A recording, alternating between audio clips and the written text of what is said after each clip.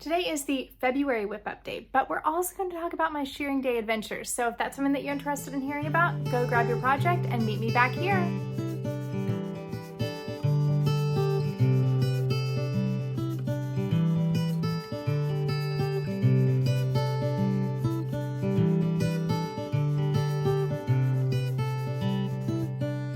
Hi, this is the Knitweekend podcast. I am Haley. And I'm a knitter from Nashville, Tennessee. This is my space to nerd out about all things knitting and fiber. So if that's up your alley, then I hope you will sit down with me, spend a little time talking through whips and also shearing day adventures. Before we get into that, I just, again, want to shout out all the amazing patterns you all have mentioned on the Easter egg comments from the last video. I asked what you were looking forward to knitting in 2025. As a consequence, you guys have expanded my Ravelry favorites yet again. We're nearing the 3,000 mark on my Ravelry favorites. I feel like that might be a little excessive. Does anybody else doom scroll Ravelry instead of Instagram these days, or am I the only one? Anyway, that game has been so fun. If you know, you know, and if you don't know, go back and watch some previous episodes so that you can participate in this episode and also future ones, because we're going to keep doing it, you guys. And it just started as a way for me to give a little something back to you for spending your time with me. But it has really morphed into kind of a broadening of our relationship, I feel like. I didn't expect as many people to participate as you have.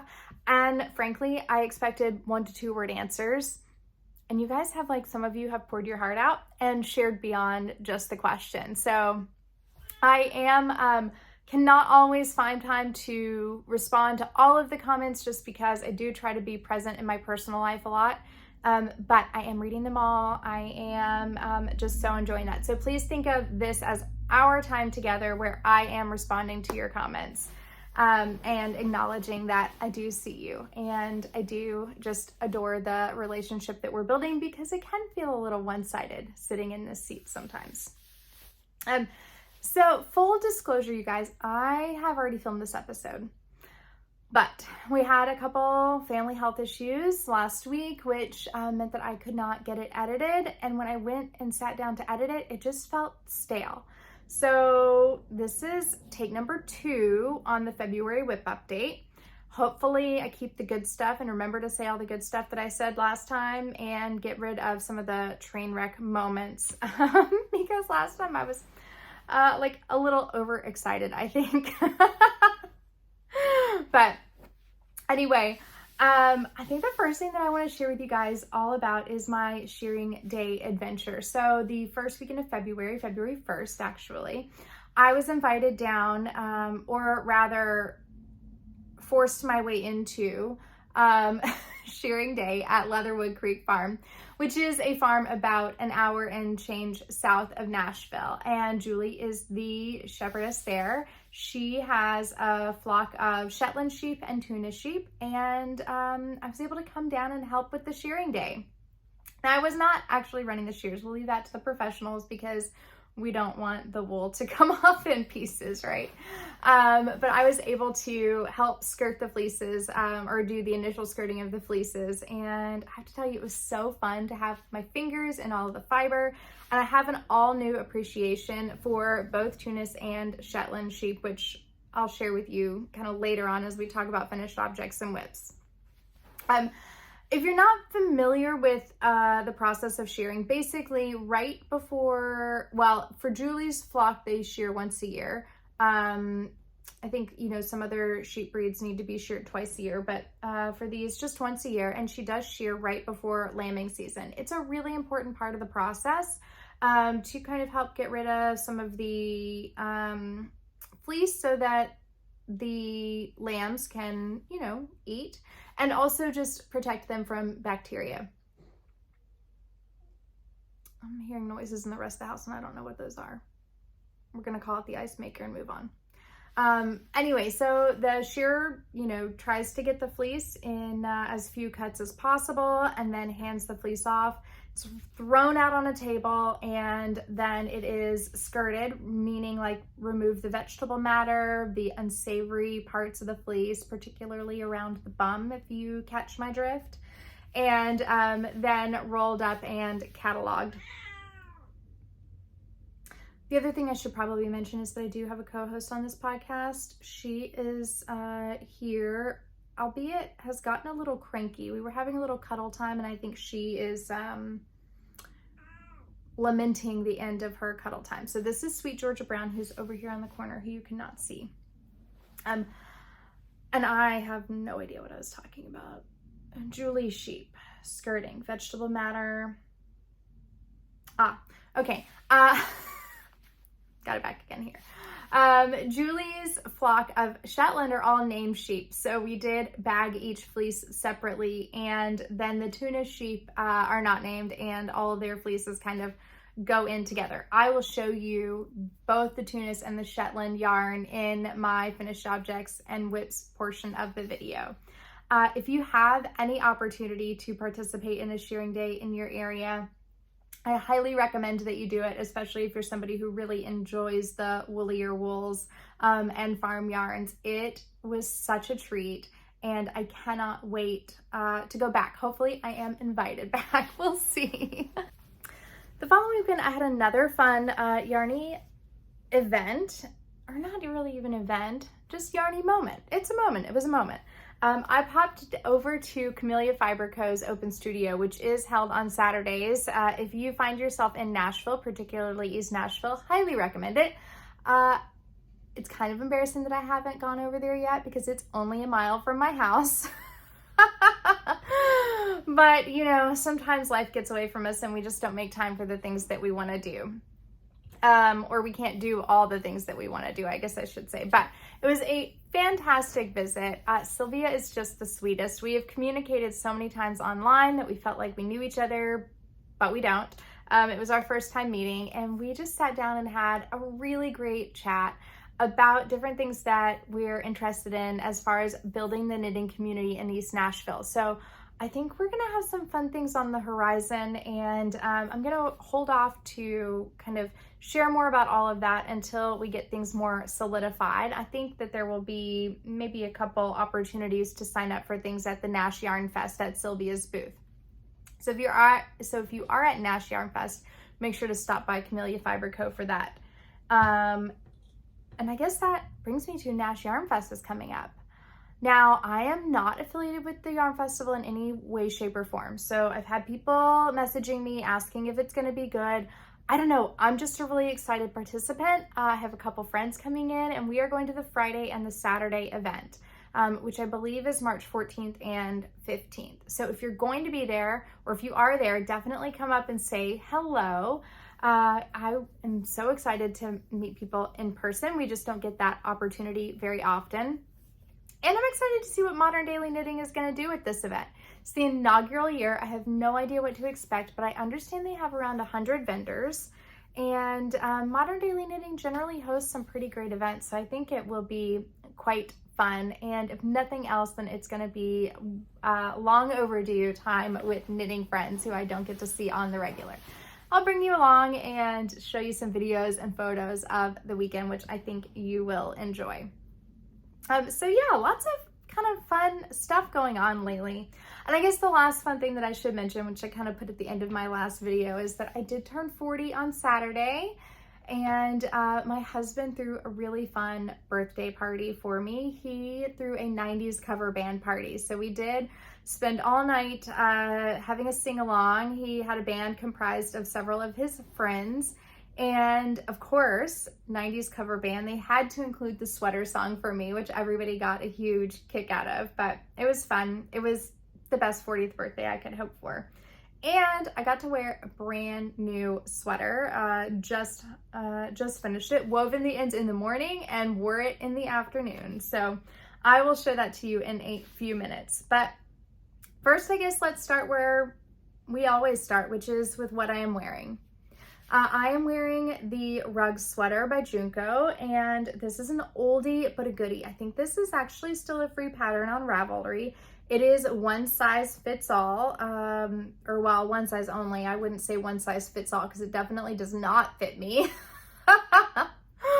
For starters, I have a major row gauge issue happening here, which means that the armholes are down to my elbows. But when it's cold out like today, it's only 27 degrees as the high today in Nashville. It is kind of what I gravitate toward when I want to just kind of cuddle up and be cozy. I have knit mine in 2 strands of Plotlopi held together in light gray and also a charcoal gray. So it's pretty low contrast, but I really enjoy it. It was my first attempt at any type of stranded color work, and I definitely learned some lessons on it, but still an enjoyable thing to snuggle in. So, okay, we've done the life update, we've talked about what I'm wearing, and I guess that means we can move on to finished objects and whips. Which one do we want to do first? Let's see, we'll do the vest first. I did finish my King Harvest vest, and you guys, this has been in such high rotation for my wardrobe since I have finished it. I think I have worn it at least once a week. It is, well, when I first finished it, my husband looked at me and he's like, I don't really see you wearing that much. And then as I've worn it more and more and styled it in different ways, he said, you know what, that is a really kind of unexpectedly wearable garment. And I was like, yeah, it kind of is. So this is the King Harvest vest by Kukiko. And Kukiko is a Japanese designer. This is knit in all over brioche and finished in iCords. I have knit mine in Sawkill Farm in their 3-ply worsted, which I think is their 2022 shearing. Is that right? Hold on, let me look at the belt. Yeah, 2022 shearing. And mine is in Squash Peach Heathered. So that's what their cute little logo. Now I have managed to knit this in just 600 yards. I did make a few modifications that allowed me to do that. One is that I did shorten the armhole length a bit. In the pattern, it was quite oversized or quite deep, and I just know myself and what I like. And so I did take, I think, about an inch or maybe 3/4 of an inch out of the depth of the armhole.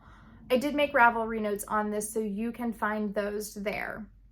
And then the other modifications that I made, I only used a 3-stitch iCord on the armhole. The pattern called for a 4-stitch, but I used a 3-stitch and I went down a needle so that it had some firmness to it and also more closely mirrored the size of the brioche in the other place of the pattern.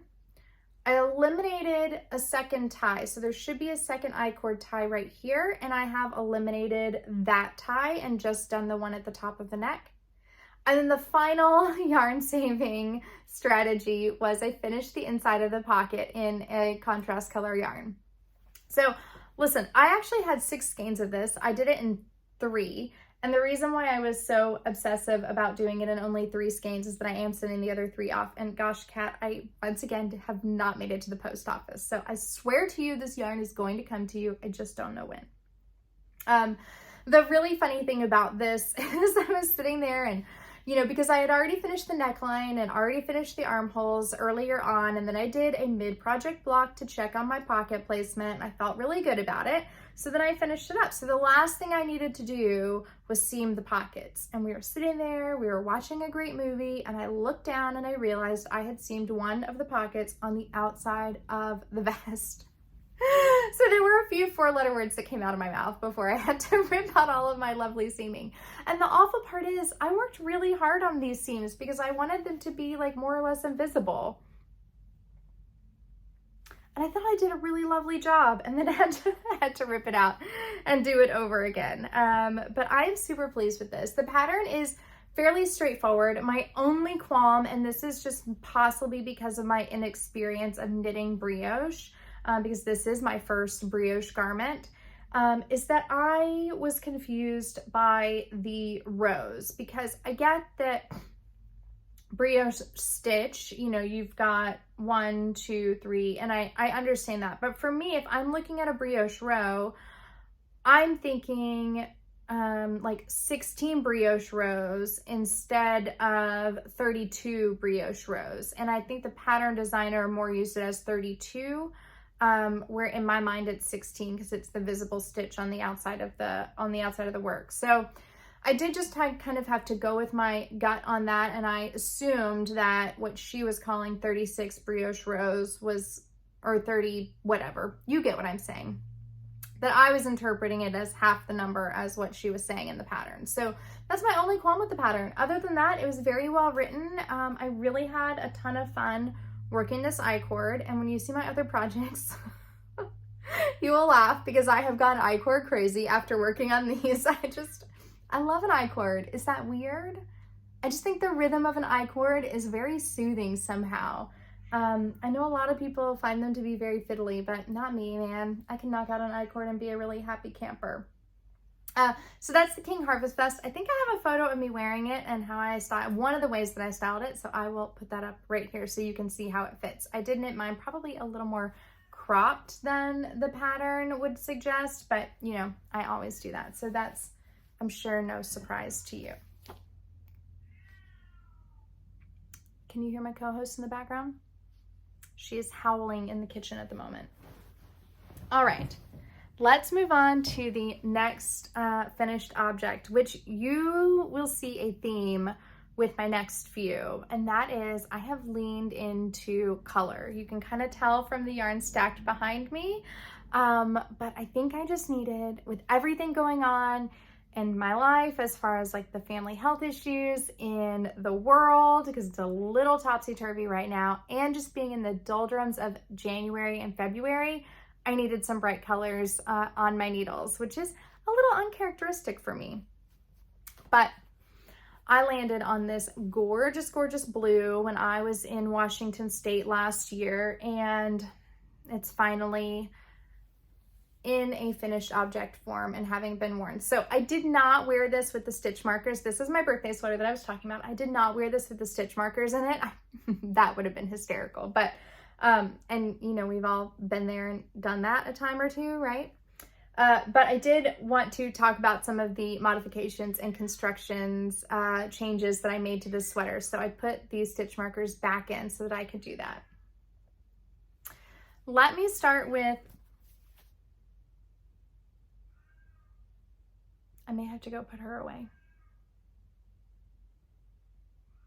Let me go put her away. I will be right back. Okay, my co-host has been placed in time out where she will remain for the remainder of the episode so that you don't have to hear her howling. She was sitting on top of the microwave just screaming. I have no idea what the bee in her bonnet is. She's getting very cantankerous in her old age. So anyway, before I get into all the modifications and constructions, let's talk about the yarn. Sorry, I just completely lost my train of thought for a second. All right, so the yarn I picked up, this is a super luxurious blend of fibers on this sweater, so hence also making it a special birthday sweater. The first yarn, the base yarn, is the Elmer fingering from the Lamb and Kid. And this is in the color Starsky. In the last episode, I said that this was still available on their website, but I actually went to go order another skein of it, and it is now sold out. So I will not be getting any more, and I guess neither will you. I did finally figure out why I love this yarn so much. It is an 80% merino, 20% cashmere blend. Now, a lot of the time when I see a merino cashmere blend, it's actually a pretty tightly spun or tightly plied worsted spun yarn. And this is not, this is woolen spun. So this has some air in the fabric, which you know I love. And it just makes just such a lovely, light, soft yarn. And it was just a dream to knit with. And then I paired it with the Sonder Yarn Co. Halo in the color Captain My Captain. And slightly off, but I think they actually mixed pretty well. I mean, considering that I bought this one in person and this one online, I'm gonna call it definitely a win. So anyway, back to the sweater. I did spend a lot of time on this one making modifications and making adjustments. I know that that can seem like maybe a little overkill sometimes, and it may come across as like a perfectionist tendency. It's not, and here's why. I have spent my whole life, because I am only 5'1 3/4", I have spent my whole life buying clothes that do not fit me properly. I can buy petite pants and they're still just a smidge too long. I can buy petite tops and still have the sleeves be just too long or not have them hit where I want them to be on my waist. So I am finding that being able to make my own clothes through knitting has really just been so empowering, to be able to have clothing that I can make fit how I want it to fit. And I just accept the frogging and the starting over as part of the process. To be able to get something that I love and I think fits, just how I envisioned it, is something that I have no issue taking the time with it. So this is actually how the sweater fit. I've got a little photo from my birthday that here's what 40 looks like, the obligatory photo. And I think I really nailed it on this one. It was exactly what I wanted. So this is the Collett tee from Witre Designs or Witre Designs. Now this is a Norwegian pattern and it is written in the Scandinavian tradition, meaning it does not hold your hand. So it's more of a framework, but I do have a lot of notes on Ravelry that kind of show you where I set up my stitch markers and how I worked my increase rows and the frequency that I worked them and all that good stuff. Now it took me 3 tries to get these increase rows correct because my row gauge was completely different than the pattern. Actually, my stitch gauge and my row gauge was completely different than the pattern. And row gauge, it matters. It matters so much when you have a pattern that, like this, does not have a lot of positive ease, and it makes a difference in all the important places, the neck, the arm, everywhere. So I did kind of fight with this one a little bit to get the increases right, but I finally nailed them.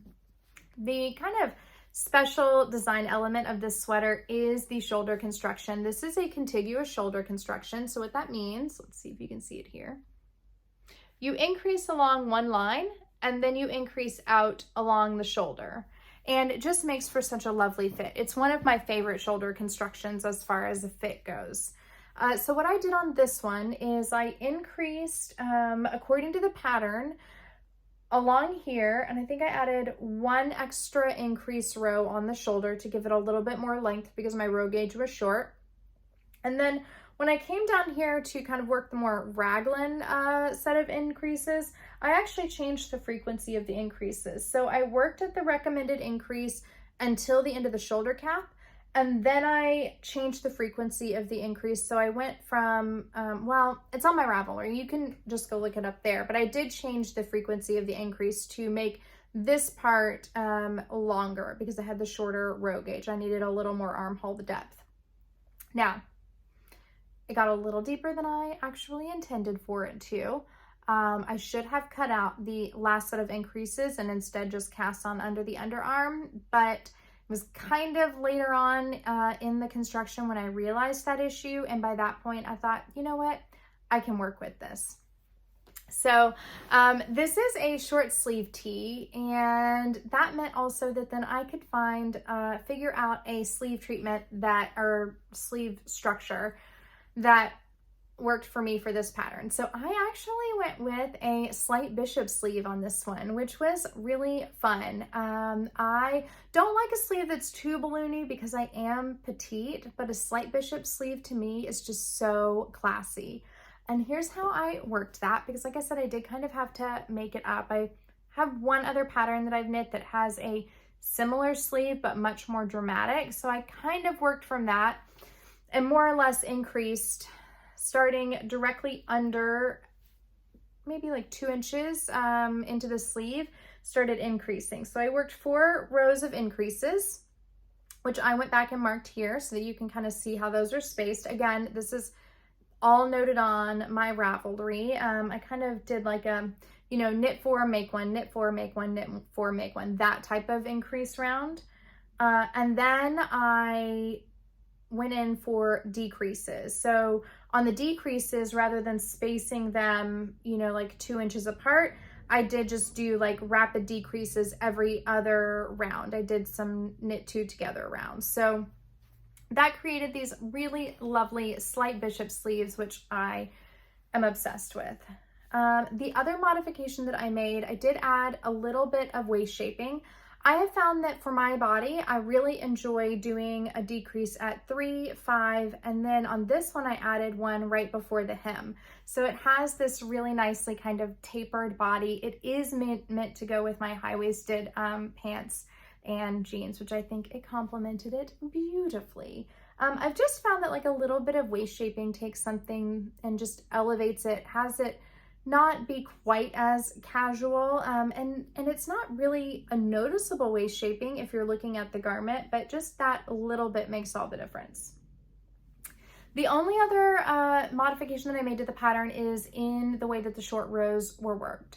So one of the podcasts that I really admire is Beth McDonald-Stone. She's a great designer, and an episode of hers that I watched, she talked about working the short rows from the kind of center coming back in, whereas a lot of patterns have it from, you know, you work your short row turn and then knit 2 more stitches, or you resolve your German short row your double stitch and then knit 2 more stitches. Well, she suggested doing the opposite. So starting further out and working back toward the center on the back of the neck, and that way you can resolve all of your German short row stitches on one row instead of having multiple rows of resolving those stitches. And I just thought, you know what, I'm gonna give that a go here. So that's what I did. I reversed the German short rows and I started them here and then worked slowly back toward the back of the neck. So anyhow, that is my Collett tee, my 40th birthday sweater, and I could not be more pleased with how this turned out. The color also is just fantastic. Not my usual color that I would go for, but I think it looked really superb, especially for a party sweater. And then I'm thinking, you know, for work, pairing it with just like a pair of either navy pants or black trousers will be just really lovely as well. We will continue on with our colorful finished objects segment of the episode. Okay, so the next yarns that I worked with, and these I did special order. So teal and red is one of my favorite color combinations. And I had this in my mind and I just couldn't get it out of my mind. So I did kind of do an emergency Wool & Company order. If you live in the States, Wool & Company is a great place that you can buy yarn where they do ship very quickly, and I think all the orders in the US have free shipping. So, or anyway, I always have free shipping because I always end up ordering over the minimum amount for the free ship. Maybe it's $50. I don't know. I've never ordered less than $50 of yarn in my life. Who am I kidding? So this is Hedgehog fibers in the Alpaca DK, which is, let me look. This is a 90% merino and 10% alpaca yarn, which is kind of odd that they name it Alpaca DK when it's 90% merino. But anyway, neither here nor there. In the colors Minty on the bottom and Sin on the top. And the project that I use this yarn for is a pressed flowers kerchief. So I was talking or thinking about the upcoming Nash Yarn Fest, and the thing about the weather in Nashville in the spring is that it could be 70 degrees one day, like Saturday it was 70 degrees, and then the next day you can have a front move through and you could have snow. And that is just how spring is in Nashville. So I wanted to be prepared for the Nash Yarn Fest and have something to wear that would be fun, even if the weather was on the warmer side. So I knitted up a little pressed flowers kerchief, and I decided to add iCords to the end of mine. So this is a free pattern. I should mention that. This is a free pattern. by Amy Christoffers, or Christoffers. Does anybody really know which way her last name is pronounced? And it's a partnership with Hobie Yarn. And it was just a really fun little project, but I'd seen a lot of people wearing it and I just thought, oh, it doesn't look like it really ties that easily. And I was scrolling the Ravelry favorites as our Ravelry projects, as I do before I cast something on, and I saw somebody had included iCords on their kerchief. And I thought, that is brilliant. That completely solves the problem of not being able to easily tie it. So I have done the same here, and that allows me to style it in 3 ways, which I will show you because it's just super cute. You can kind of do the more little, it's not cooperating with my sweater. You can kind of do the more little like Boy Scout tie, and then tie it in a, okay, I learned something about myself fairly recently, is that I tie bows upside down. I have to think about how to tie the bow to make it right side up. That's kind of embarrassing. I'm glad we could share this moment together. So anyway, a little like Boy Scout style kerchief where it'd be really cute tied with or paired with a little t-shirt. Or if it's on the cooler side, I do have then the option to completely wrap it around and tie it on top.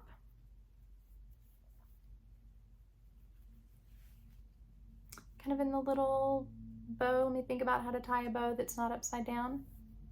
Oop, we pulled it through on the other side. Okay, have you ever tried to style anything on camera? So don't you judge me. You're making me nervous. Anyway, okay, this is not the best, but it'll do. So we can style it this way, or also be able to just kind of tuck this under and pull this out for something a bit more casual. So anyway, loving the iCord on the end of this. I knit the iCord to 30 centimeters on each end. So if you're wanting to replicate that, and such minimal yarn usage on this, you guys. If you have any 50 gram skeins or partial skeins using around or lying around, this is going to be a great little project to use some of those smaller skeins up. It's designed in a worsted weight. I knit mine in a DK. I think you could even probably do a sport and be perfectly fine with it. So anyway, if you see somebody bouncing around in their little teal and red kerchief at Nashville Yarn Fest or Nash Yarn Fest, that is me. Please come say hello. That brings me to another finished object. This one is knit in the Camellia Fiber Co. yarn that I was telling you about, or yeah, where I went to the studio. So this is actually a sample. This yarn this is not mine to keep, but this is knit in the Sylvan DK in the colors Thistle and Moonflower. This base is dreamy. It is 70% alpaca, 20% silk, and 10% cashmere. It is 246 yards and to 100 grams. So this has been just such a luxury to have on the needles once again. Especially because I'm always just knitting with, you know, a toothier yarn. So sometimes I forget how nice it is just to have something smooth and silky on the needles.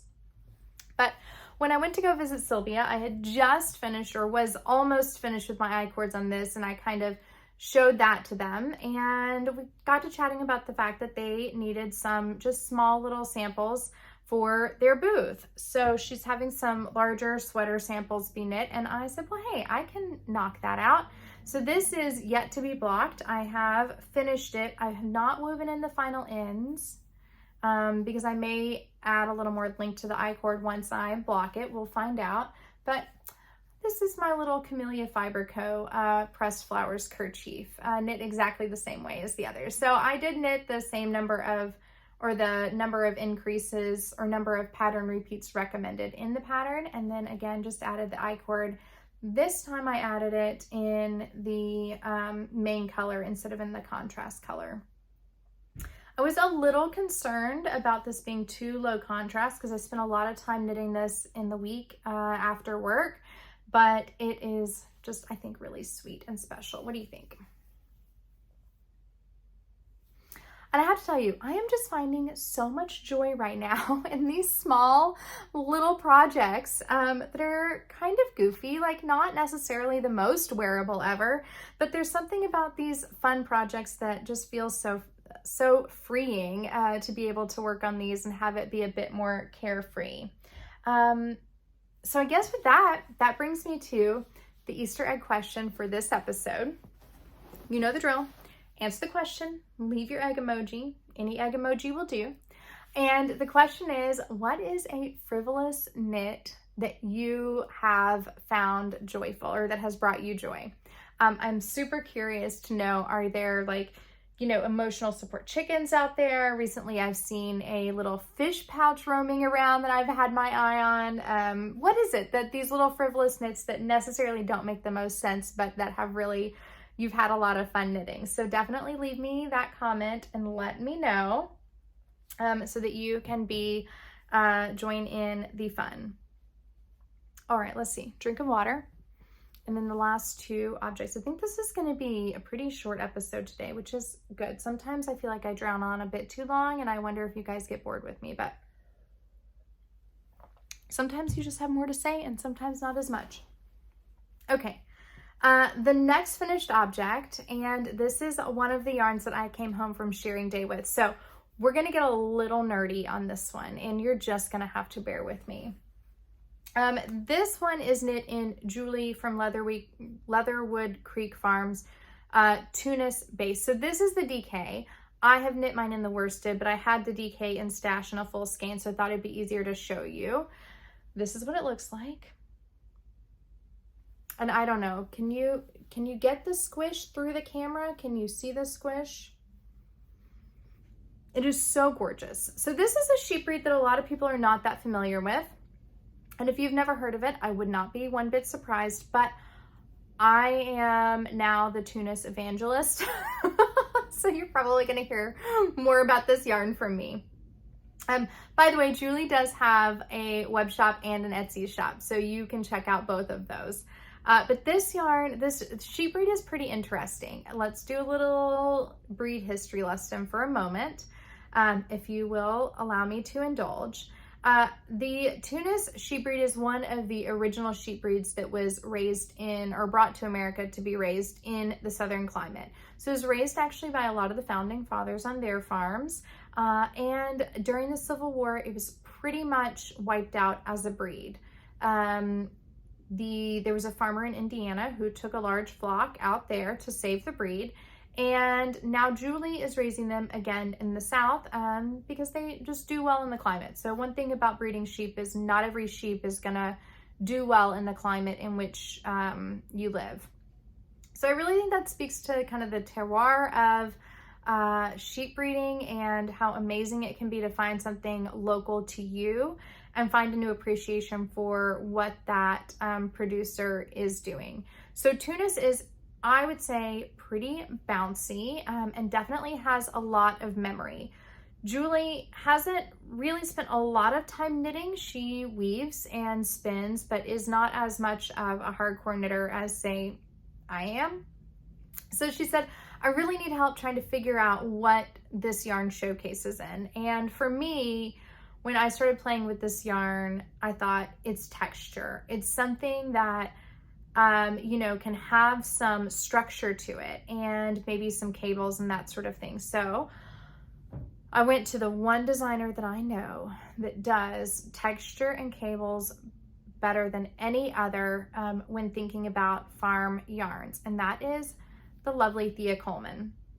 If you're not familiar with Thea Colman, I highly suggest you go look at Thea's body of work. Thea has a great sense of pairing yarn and pattern, which I really admire, and she does a fantastic job of sourcing a lot of local farm yarns. So I cast on Thea's Milk Punch, which is this gorgeous, gorgeous textured beanie. And I don't know, but don't you think that it showcases the structure of this yarn so beautifully? I'm absolutely in love with it. So the interesting thing about this, first of all, it's very potato chippy. This is a very fun texture pattern to knit, and it was one that I could not put down. So I think I knit this in 2 days. The interesting thing is that the pattern has you cast on the rib in the same needle size as the rest of the beanie. Now I think if I were doing this again, I probably would go down 1 needle size for the rib and then increase for the beanie. The pattern has an option for a folded or has suggestions for a non-folded brim. And I chose to do mine without the fold. That's because I have found that in a very kind of thick structure or thick textured yarn, a double folded brim looks ridiculous on my small little petite head. So I end up not wearing them. But anyway, I will go out on a limb here and try this on so that you can see the full stitch pattern when it's on your head. It is just really comes to life. Let's see, can you see? It's like a fun little zigzag pattern. Anyway, I have thoroughly enjoyed wearing this in the past few days, our little cold snap. Been pairing it with my, it's the off-white shawl that I knit, that I love. My Snope shawl. If you watch the Everything I Knit in 2024 video, or not everything I knit, because I didn't do that, my hits and misses of 2024, the Snope shawl was one of my hits of the year. And so now I have a fabulous beanie to pair with that for the kind of flurries that have been floating around in the air these days in Nashville. So anyway, I just could not be more thrilled. I am excited to see this knit up. I have in my mind, okay, so you may have noticed that I don't do a whole lot of petite knit on this channel, and that's not because I don't respect what petite knit does as a designer or anything like that. I have no qualms with it. It's just that I feel like there are so many amazing designers out there, and I don't know, I just want to kind of go off the limb. But there is one pattern that has been stuck in my head when I think about this yarn, and that is the Esther series. So the jacket, the vest, all of that. So I'm pretty sure I am going to have to go back and get a sweater's quantity of the Tunis yarn to use for the Esther series, because I think it would just be such a beautiful pattern for this yarn. All those pearl bumps would just be a true dream. Also, I feel like this would be my Snow Crocus that I knit earlier in the year. This would have been a good option for that one as well. So that is the last finished object of this episode. I don't know how, I guess because I had a lot of smalls, that's why I had so many finished objects. But I only have one whip, you guys. And that is also in a farm yarn from Julie. So like I said, Julie sent me home with some Tunis, and also she sent me home with a skein of her 2024 shearing of her fine Shetland fiber. By the way, if you guys don't, if you aren't sure where to find farm yarns, if this is something that's interesting to you, but you're just not sure where to source them, Etsy is a great place to go. Most areas have a local wool and fiber show. You can find them there. Or even if you pay attention to some of the bigger shows, the Rhinebeck, the Maryland Sheep and Wool, you can look on the vendor list, and a lot of these vendors have online shops. So if you're curious and you want to try out those yarns, I think it's a really great thing to do. These small producers really definitely need our support. Now, I will say the thing about getting a farm yarn is that you do have to have some expectation that you are going to have some vegetable matter in them, which doesn't bother me. I was looking to see, this skein is actually pretty light on the vegetable matter. You are going to have some vegetable matter in them because most of them are very minimally processed, and most of them are going to be in natural colors. But when your natural sheep colors can range from like this to this and everything in between with gray, then I don't know, I just think it's still really interesting. So anyway, off my farm yarn soapbox and back to the projects.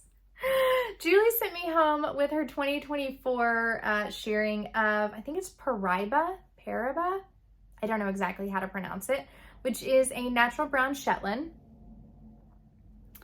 And this is what Julie is categorizing as a fine Shetland. So this is around a 25 micron, which, if you're not familiar, something like merino is gonna on average be around 20 microns, and something like Icelandic, so this is gonna be more around 30 microns. So the higher the micron count, the coarser the wool, the lower the micron count, the softer the wool. And generally speaking, they say anything 30 and below can be next to skin. This might actually be more than 30. Let's be honest. It's probably like 34. I would not wear this without anything under it. But this one is around 25. And I have knit with Julie's 2023 shearing of Shetland, and then I've now knit with her 2024 shearing. And this is another yarn that has just such great squish. I don't know, are you getting the squish? Can you feel the squish through the camera? And immediately when I started thinking about this yarn, I knew what it had to be. I knew that this yarn had to be a lace shawl that also incorporated a garter stitch. So this is a 2-ply sport weight yarn, and I have always heard that 2-ply yarns are great for lace because they just kind of have the yarn overs just really pop open and really just make fabulous yarns for lace. So anyway, I decided to take that to heart, and I have cast on the Dusk Light Shawl. This is another pattern that's been out there for a while. This is a pattern by Sylvia McFadden. Now, I believe this designer is no longer publishing patterns, actively publishing patterns. And I did notice on Instagram that the designer now goes by the name Graph. But this designer has so many great lace shawls in both a fingering weight and in a worsted weight and an Aran weight, which I find very interesting because you don't see that very often. Most of their shawls are designed in the hinterland yarns, which are a mix of Rambouillet and Alpaca. Pretty sure. It's a Canadian yarn. Canadian designer, Canadian yarn. So I also admire that they chose to knit the patterns in a regional yarn. But anyway, I immediately cast this on, and you guys, it is rare that I am so smitten with a whip that I don't want to work on anything else, but that is how I feel about this one. The pattern is so easy to understand. It is charted and written. I work from the chart because I just find that to be much easier. And it's very direct and very simple, and has a great introduction for the pattern that just tells you exactly how to navigate it. And it's been very soothing. I was messaging Jackie from Knitting a Good Yarn, who's also knit this pattern and is a big fan of this designer. And Jackie was saying that she just feels like every pattern is so full of loving kindness, and I have to agree. Like, this is just superb. So I've just finished the second chart and am now about to start incorporating some more of the garter stitch. So this shawl works up to be half lace, half garter stitch. And look at, this is unblocked, but look at already how the yarn is opening up in the lace. And it still has that like texture of a farm yarn, but it is incredibly soft, and I'm sure will soften even more once it is blocked. There's just nothing else that I want to work on right now. And if you've been around here for very long, you know that I don't really do a whole lot of lace. So I may now be a lace shawl convert. It might be happening. Never say you don't like something, because then as soon as you do, you'll find out that you actually really love it. But I could not be more excited to continue working on this one and playing with Julie's lovely yarn. I did go back and purchase 2 more skeins from her, and also messaged her very enthusiastically and said, I found it. I know what this yarn is meant to be for. So anyway, it's been really fun to have time to just experiment and play and not feel any pressure. And frankly, that's just been kind of much needed. And well, I guess that pretty well wraps us up, which is probably a good thing because I need to get to the grocery store. It's been a weekend full of fun stuff and not much adulting, and it is time to do a little adulting. But anyway, don't forget to leave your Easter egg comment. if I don't see you before the Nash Yarn Fest and you are going to be there, leave me a comment below. Come up and say hi, please. You will have a better likelihood of knowing who I am because lots of you have avatars for your YouTube photos. No, I'm just kidding. Do come up and say hello to me though. Please know that that is like why I am here, is because I want that interaction and I want that community, and I don't bite. Anyway, I so appreciate you guys hanging out with me yet again and hearing me go on and on about all of my little pressed flower kerchiefs and my newly found love of iCords. I mean, it's my iCord era. I don't know what to tell you. And I hope that you will join me again next time. And yeah, we'll chat soon. I'm comfy now.